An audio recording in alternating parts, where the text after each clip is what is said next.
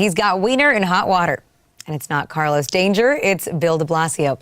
The New York City public advocate is ahead of the polls for the Big Apple's mayoral elections. That's according to Quinnipiac University. Now, Sabrina, Weiner has just 10% of the vote at this current moment, but this is an early poll. So how much stock do you think we can place in it? Well, I think that Weiner's position is not going to change dramatically. I think that his campaign is mostly unraveled.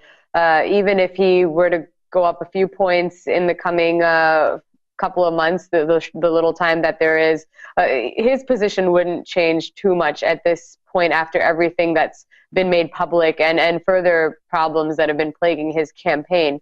At the same time, I think that it's going to be really more so between Quinn and de Blasio and where they stand. You know, those numbers could shift.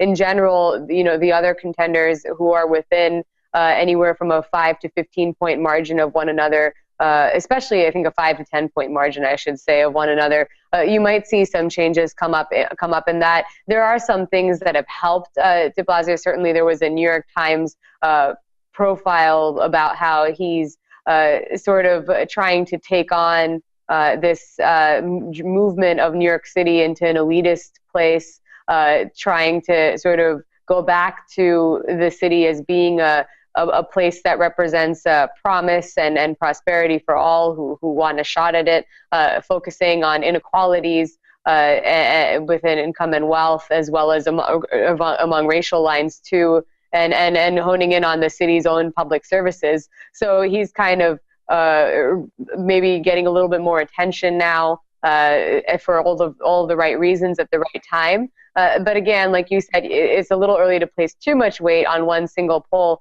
But I do think that at the very least, Anthony Weiner is not going to be coming out in front anywhere from now until November. All right, so we don't expect a lot of growth for Weiner in the polls.